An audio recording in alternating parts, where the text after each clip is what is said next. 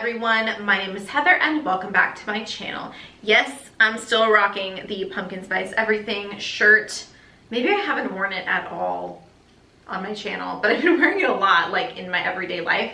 It's still technically fall. This is called Best and Worst Palettes. It is a tag by someone named Kaylee, if I am saying that right. But I saw Lucia do this. She's Lucia Tepper Beauty here on YouTube, and she so wonderfully tagged me to do this video, and I haven't done a tag and I don't even remember how long it's been, because I feel like tags were super trendy a while back.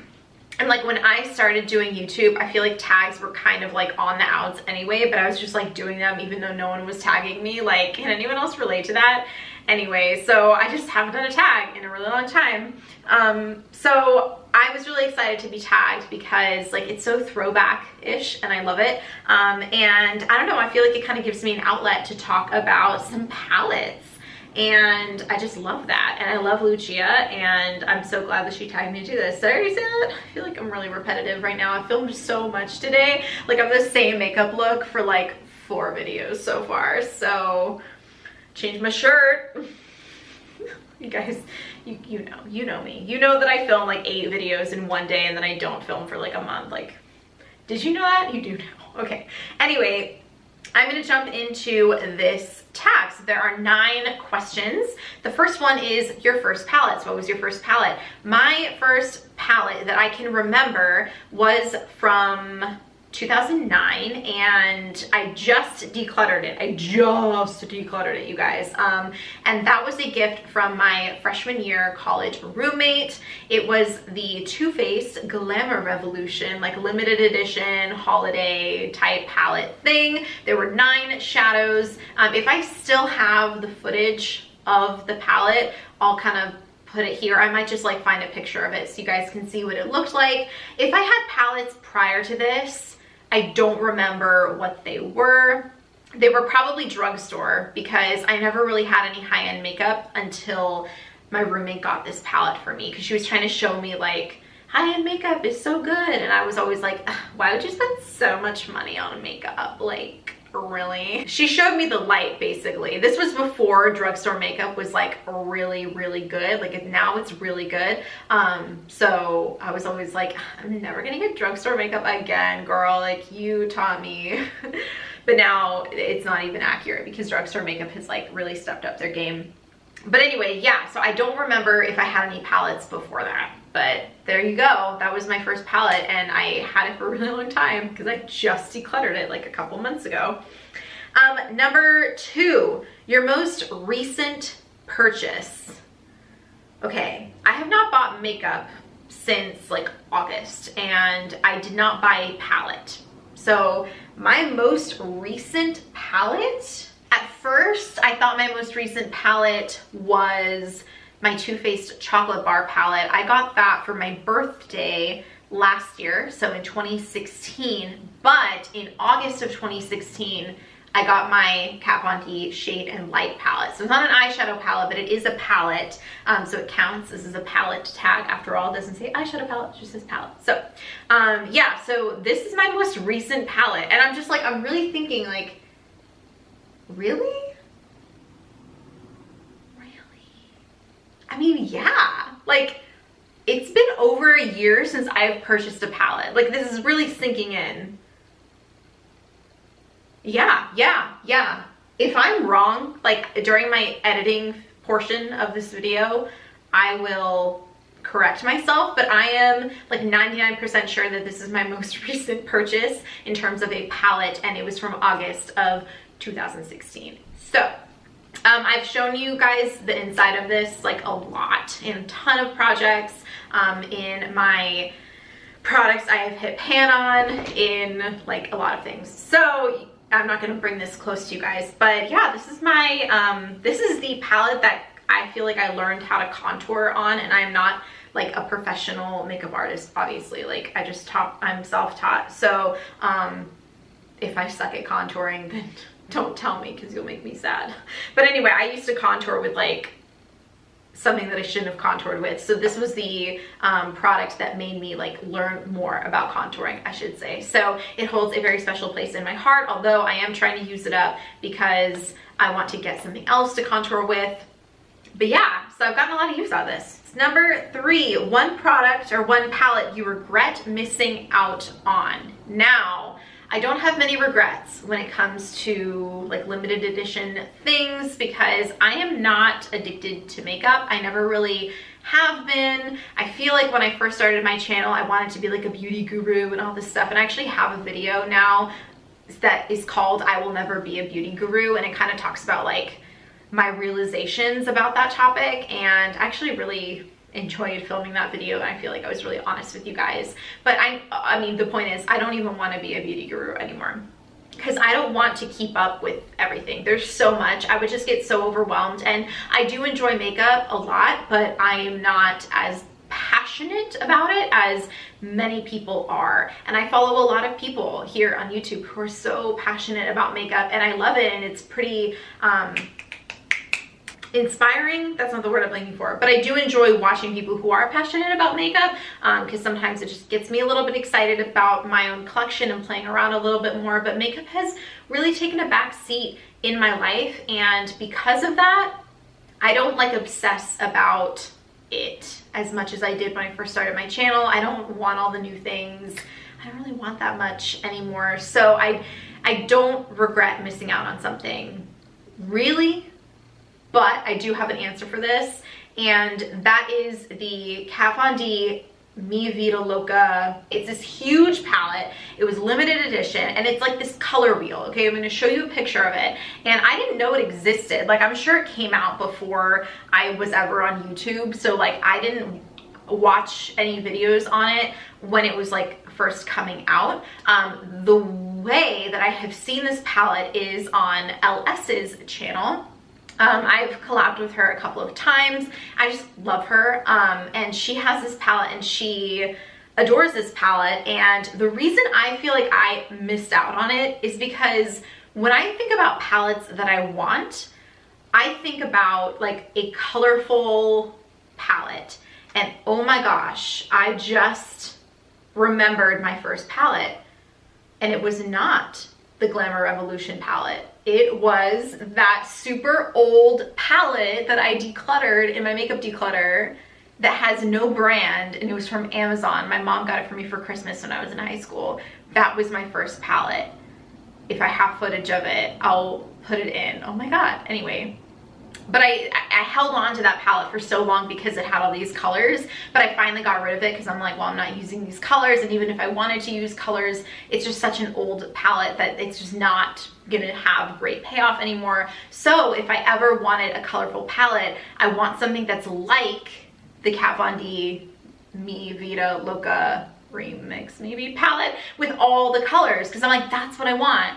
I just want to have access to just a couple, like a matte and a shimmer of like every color on the color wheel. Like, that's what I want. So I feel like even though I didn't even know about it, wasn't on my radar at all when it was coming out, I probably wasn't really that into makeup when it came out, but now that I feel like I can look at what is missing in my collection, gosh, I would have loved to have that palette. It is really bulky and it's big and not really great for traveling, but I look at it and I'm like, I want to play.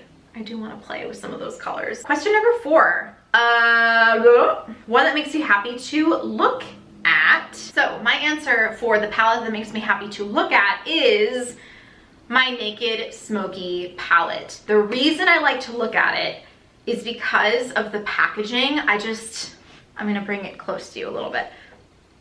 I mean, it's Naked Smoky, so obviously it's got like this smoky look to it, and it just looks like really like sleek and sexy. It's like shiny. I don't know if you can tell, but like it's a little bit transparent, translucent, yeah, because transparent you can totally see through, right? Translucent, so it's a little bit translucent, but like this just like smoky translucent kind of plastic. And I love the magnetic closure. It's got a great mirror, and then the colors, I mean, the colors don't like jump out at me like, oh my gosh, these are like such beautiful colors, but I really haven't gotten a ton of use out of this palette, so it is still like really pristine. So it is still really pretty to look at. Although one of my favorite brushes from all the Naked palettes was from the Naked Smoky palette. So just all in all, I do like to look at this palette a lot. Fifth question is a palette you've changed your mind about, and for that it is the Naked 3 palette. So this is my least favorite out of the Naked palettes I own. By the way, I own Naked Original, Naked 3, and Naked Smoky. That is all. I don't like the packaging. I don't like the ripply effect of it, and then I'm really not that inspired by the colors. Like, I really wanted this when I wanted it. So I got it in 2015 for my birthday from my husband. I just thought I would really like it because of like the rosy tones, but I didn't really know much about my makeup preferences at the time. Like at the time, I honestly just like wanted every Naked palette just because. That was pre-minimalism, obviously. So I've changed my mind about it. Like if I could go back, I would not have asked for this from my husband for my birthday. I would be totally happy never having owned this palette. So in that way, I have changed my mind, but I have not decluttered it just yet because I do want to experiment with it some more. It's just, I'm not as excited about it as I was when I wanted it that badly, or when I first got it. For question 6, a palette that surprised you, I'm gonna have to go with the Coastal Scents Revealed 3 palette. This was my Pan That palette for the majority of the year. I kind of had it in my mind that the colors were poor quality, and I think that I just thought they were gonna be poor quality because I had used some like more expensive eyeshadows, and I had gotten this thinking, oh, I'm gonna love it because I love these cranberry tones and everything. You've probably seen the inside of this a few times if you've been on my channel for a little while.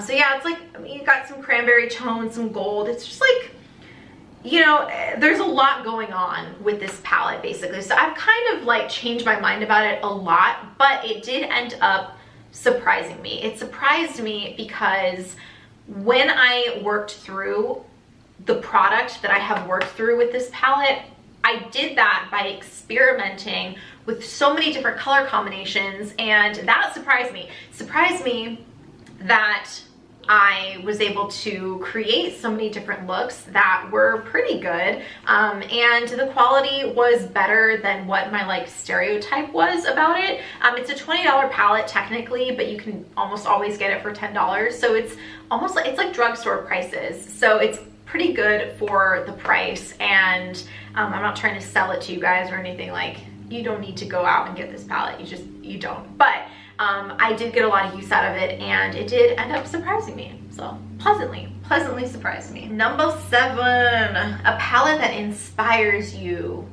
I'm like deliberating between 2 for this one. For a palette that inspires me the most, I'm just gonna repeat this again because it does. Out of all of my palettes, even though it's not my favorite palette, it's not the palette with the best quality eyeshadows in my collection, it does inspire me the most because it has such a wide variety of colors and tones to choose from. I feel like at this point I have used like, I've used all the matte shades, so I can't just use this by itself anymore.